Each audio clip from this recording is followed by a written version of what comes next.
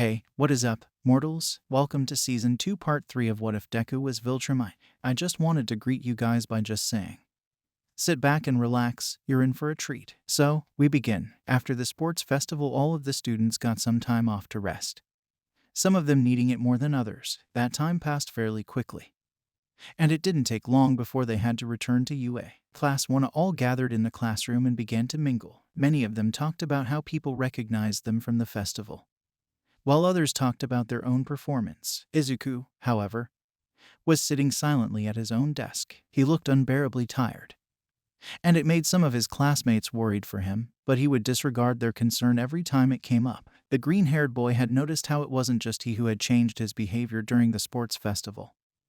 His father had also acted differently than usual. Nolan had, much like Izuku, behaved in a more arrogant manner during the festival, only to return to his usual joyous behavior afterwards. This also meant that they returned to their usual training schedule, which had the consequence of Izuku not getting much sleep. "Hey, wake up, you extraterrestrial idiot," a loud voice then shouted, snapping Izuku back to attention. The green-haired boy looked like he had just woken up. As he turned his gaze towards the speaker, "Good morning, Junior. How are your hands?" Izuku responded, sounding unbearably tired. Bakugo grunted upon hearing this, getting annoyed by what Izuku had told him. When Izuku had told Bakugo that he was an alien, the blonde had frozen. At first he didn't believe what he said, but after some time he believed it, ever since he began calling Izuku by different nicknames, with the only thing tying them together being that they had something to do with aliens. Izuku responded to this by giving Bakugo the nickname of Junior, as if to imply that he's All Might Junior. Bakugo was a little annoyed after hearing what Izuku had said, so he responded by saying, "How about I show you how they are? Perhaps an explosion will wake you up from hibernation." As he looked to be winding up for an attack, Izuku was unamused by this, as he wore a serious expression before saying, "We both know that 10% won't even put a scratch on me. But before you decide to go beyond that, I strongly suggest that you take a good look at your hands." With a more serious tone, Bakugo's wind-up stopped midway. He already knew the condition of his arms, but he instinctively looked at them anyway. Both of his hands were covered in burn marks in the shape of various swirls, but it was nothing when compared to his left hand. It was the hand that he had used 100% of One for All to punch Izuku in the face with, and its backlash showed. It was covered in more scars, ones that reached up to his elbow and could easily be told apart from the burn marks. The blonde stopped after seeing this, as he gritted his teeth. Izuku was right. He can't do anything. His body can only handle 10% of One for All, and he needs 100% just to make Izuku spill a single drop of blood. Their fight may have ended in a tie, but the blonde didn't accept that. The green-haired boy was in a good enough condition to continue fighting.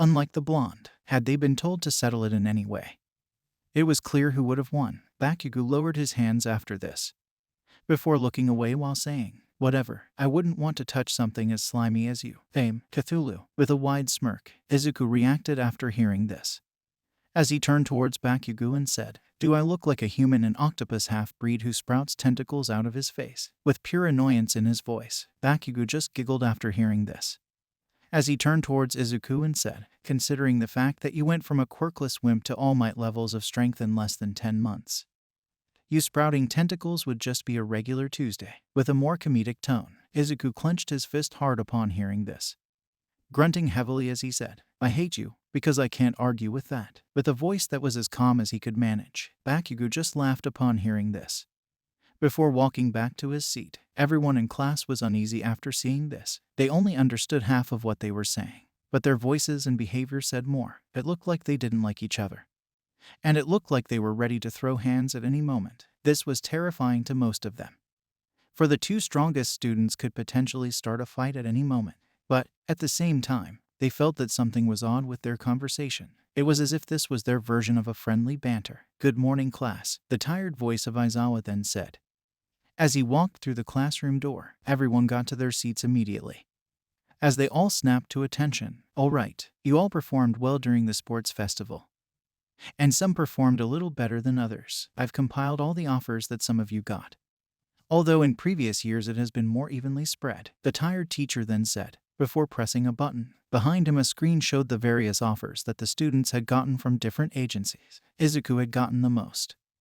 After that was Todoroki, then in third there was a fuming Bakugo. The students either cheered or felt let down after seeing this.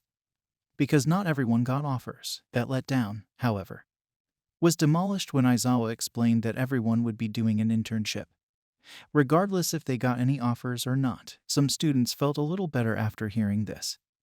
As Aizawa began explaining how the internships would work, he was cut short, however, when a voice came barging in. You'll have to pick your hero names, but remember that whatever you pick now could be stuck with you forever, the voice announced, quite gleefully. Everyone turned to see that it was none other than Midnight. Wearing a wide smile, the R-rated hero then proceeded to explain what a hero name should be like. That it should represent the kind of hero that they wanted to be. The class got excited about the idea of picking their own hero names. As Aizawa just went to sleep, then the process began. In a weird way, the first few names ended up being odd. So the rest of the class didn't know what to pick. Eventually they got to a few normal names, which led to the others announcing their names one by one. Ada and Todoroki ended up picking their first names, for unknown reasons, while Bakugo picked two names that were rejected immediately. Izuku had a hard time picking his own hero name. He didn't know what to do, because he didn't have any good ideas. His first thought, which was most likely everyone else's too, was to pick something that sounded like his father's name, but he decided against it after a while. That is when he remembered what Bakugo had said during the sports festival. And it got him thinking. The green-haired boy walked up to the podium. As he proudly announced, "I'm invincible," with a confident voice. The class was silent after hearing this. All for different reasons. Some thought that it was a cool name. Others were confused, and Bakugo was only a little annoyed. The blonde remembered how he had explicitly told Izuku that he wasn't invincible. So he felt that the green-haired boy had picked this name just to mess with him. Invincible, isn't that a little optimistic? Ashido then asked, breaking the silence in the classroom. This question seemed to be something that a few also had, but Izuku was unaffected as he said, "Well, I think it suits me," with a comedic voice. The students just sighed after hearing this, because they couldn't argue with that. The fact was that Izuku was invincible, as far as they were concerned at least. After that, a few more students still hadn't decided on their hero names. That is when a gruff and tired voice spoke up. "Midoriya, I'd like to speak with you in private," it said. Everyone turned, only to be shocked when they saw that it was Aizawa. They knew that he was there. They just thought that he was still asleep. Izuku was quick to snap out of his shock. However, as he followed his teacher into the corridor, Aizawa closed the door behind them after leaving the classroom, making sure that no one could eavesdrop on them. That is when Izuku broke the silence by asking, "Am I in trouble? If so, what did I do?" With a voice that showed confusion. Aizawa was unaffected by this, as he looked at Izuku and said, "You're not in trouble. I just came here to inform you of something important." With his usual tired voice, Izuku was relieved to hear that he wasn't in trouble for no apparent reason. But he was also more confused by what his teacher wanted to say. "I've discussed it with Nezu, and we have come to an agreement. You cannot go with your father for your internship," the tired teacher then continued. Izuku was a little shocked to hear this. His first thoughts about internships was that he could get more time to train with his father. But it turns out that he can't do that. If you're wondering why that is the case, it's for a logical reason. The offers you all have received have all come from licensed pro heroes, and your father doesn't have a license. The point of the internships is to give all a taste of hero work, and what it is like to be a hero. That includes following the various rules and regulations that have been set for heroes to follow. You won't get that if you go with your father, because he doesn't have a license and he doesn't follow the rules like a normal pro does. To put it short, you can't go with your father because he doesn't operate like a regular hero should," Aizawa then explained, sounding more serious than before. Izuku was shocked, but he couldn't argue with this. Aizawa was right. His father doesn't have a license. As such, it only makes sense that he wouldn't be able to do an internship with him. He's going to be so annoyed when he hears this, the green-haired boy then commented, sounding like he didn't want to deal with his father in that state. Aizawa looked just as unaffected as before, as he said, "Let him be annoyed. He doesn't have the right to complain. It's his fault for not even attempting to get a license." Izuku sighed heavily upon hearing this, before he said, "All right, fair enough," with a voice that almost sounded as tired as Aizawa's. The tired teacher was as unamused as always, as he then said, "All right, get back to class," with his usual voice. Izuku didn't respond to this. As he made his way through the classroom door, classes went on as usual, but it ended eventually. Class 1 all sat gathered in the classroom, going through the offers that they received. Bakugo had been called by All Might for an unknown reason. But Izuku could imagine that it had something to do with One for All. The green-haired boy went through his own pile of offers until he stumbled upon one that caught his eye. It was an offer from Endeavor. Izuku was confused as to why he received this offer. Considering how he and the hero had acted towards each other during the festival, he asked Todoroki about it, but not even he had an idea. Izuku was confused as to why he had received this offer.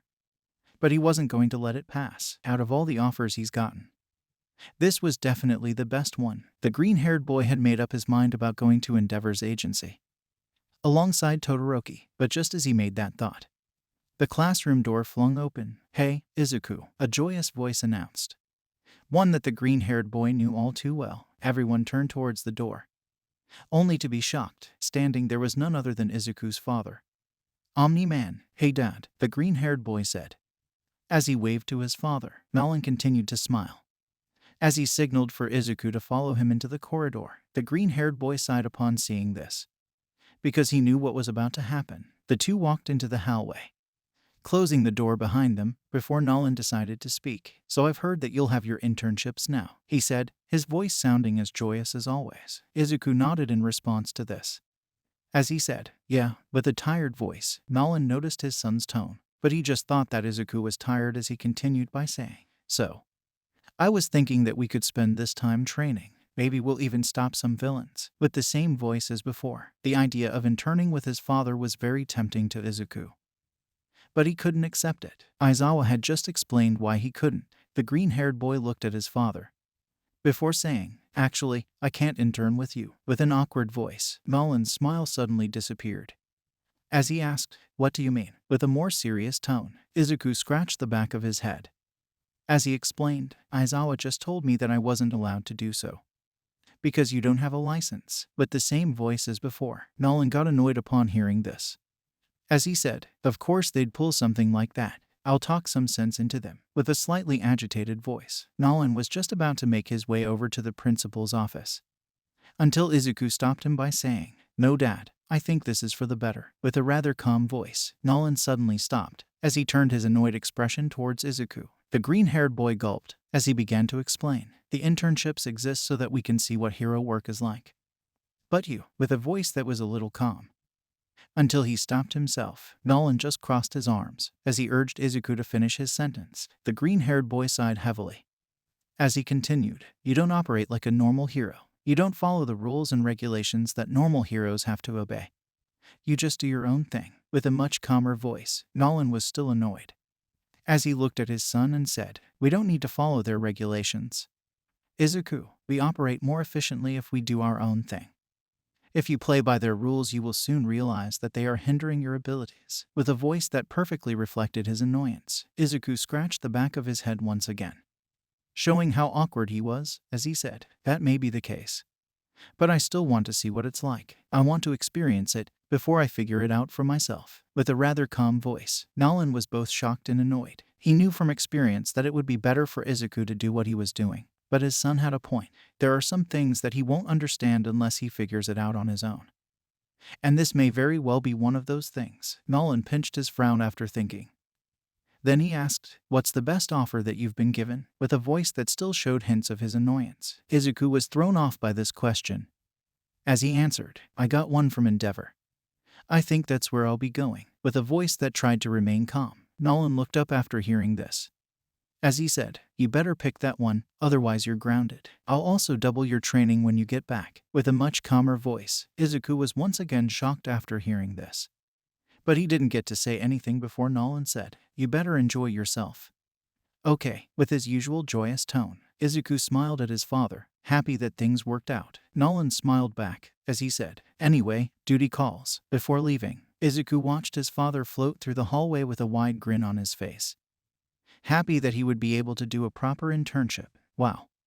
I never thought your dad could be so scary," a feminine voice then said, sounding like it was a little terrified. Izuku jumped upon hearing this, as he turned to see who it was. "Uraraka, how much of that did you hear?" the green-haired boy asked, his voice showing that he had been scared. The brown-haired girl looked at him with an awkward expression, as she looked away while saying, "Nothing," with a voice that clearly showed that she was lying. Izuku quickly caught on, as he responded by saying, "Right, okay," with a voice that showed some understanding. Uraraka still looked a little awkward for some reason, as she asked, "Anyway, do you want to walk to the station together?" With a slight blush on her face, Izuku was caught off guard by this once again, as he blushed while saying, "Sure.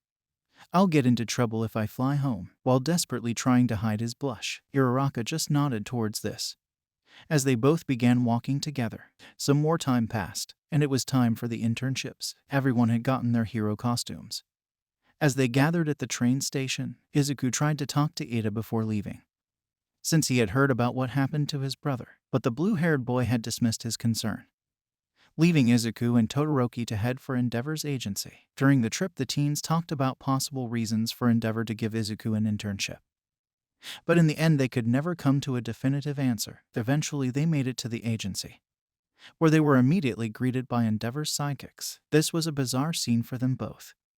But the thing that was even more bizarre was that apparently Endeavor wanted to see them both immediately. The teens were brought to the Number Flame Hero's office, where he immediately said, "So, you both accepted my offer. I have an idea as to why Shoto decided to come here, but I'm not sure about you. Why exactly did you pick my agency?" the hero asked, aiming his question towards Izuku. The green-haired boy didn't expect this on the first day, but it also annoyed him. Endeavor was the number 2 hero.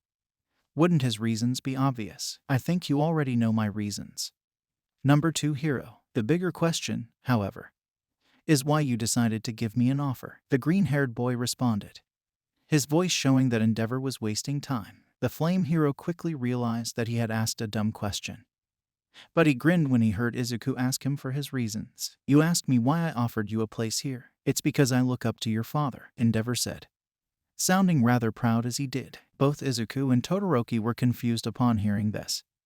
As the flame hero continued to speak, "Everyone knows that your father doesn't have a license, so I quickly realized that you wouldn't be able to intern with him. I respect your father, maybe a little too much, so I wanted to make sure that his son could get the best internship possible," he said, sounding just as proud as before. Both Izuku and Todoroki were shocked once again, but this made them both realize something. Endeavor was someone who was obsessed with beating All Might, to a point where it was unhealthy. He focused so much on his ranking and his power. Meanwhile, there was Omni-Man, the polar opposite of him. He was an unlicensed hero that was also ridiculously strong. He doesn't care about what people think, and he doesn't care about how well he fares against other heroes. He just does his own thing without disruption. Endeavor probably wanted to be like him, someone who is strong without caring about his place in the world. Both teens were frozen in shock upon realizing this, for it meant that Endeavor was trying to change his ways. They were knocked out of it, however, when the flame hero said, "All right, no time to waste. Let's get to work," before heading towards the doors. Both Izuku and Todoroki were caught off guard by this,